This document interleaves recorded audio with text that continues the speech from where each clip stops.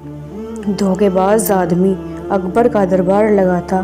وہاں موجود سبھی درباری بیٹھے تھے۔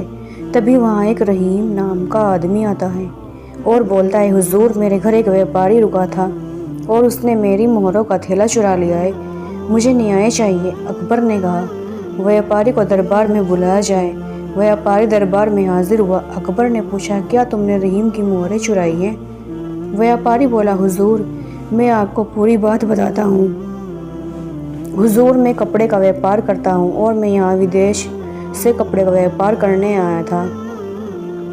راستے میں مجھے رحیم ملا، یہ مجھے اپنے گھر لے گیا، کھانا کھلایا اور رات میں رکنے کے لیے بولا، اور میں کھانا کھا کر سو گیا اور سو کر صبح اٹھا تو رحیم بول رہا ہے کہ میں نے اس کی مہریں چرائی ہے، جبکہ میں نے رحیم کا مہروں کا تھیلا دیکھا تک نہیں۔ حضور میں نے چوری نہیں کی ہے۔ ویپاری کی بات سن کر اکبر کی کچھ سمجھ نہیں آ رہا تھا کہ چور کون ہے۔ انہوں نے یہ معاملہ بیربل کے ہاتھ میں دے دیا۔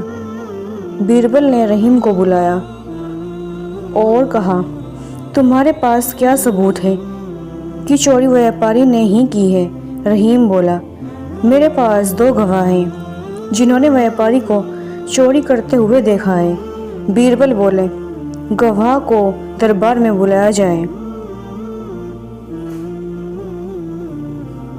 اگلی صبح گواہ دربار میں حاضر ہوئے۔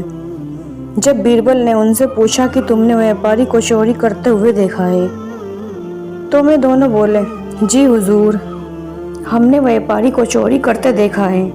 بیربل نے کہا، ٹھیک ہے، تم دونوں الگ الگ کمرے میں جا کر مہروں کے تھیلے کی تصویر اور رنگ بتاؤ۔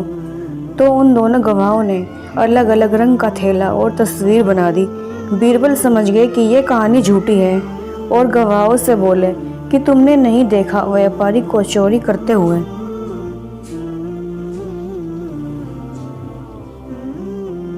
بیربل بولے، اب تمہیں سزا ملے گی۔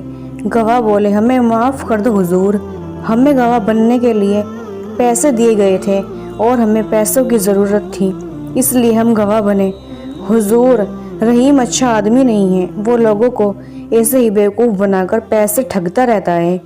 اگلی صبح رحیم کو دربار میں بلایا جاتا ہے اور 5 سال کے لیے کال کاٹڑی میں ڈال دیا جاتا ہے اور ویپاری کو عزت کے ساتھ بری کیا جاتا ہے۔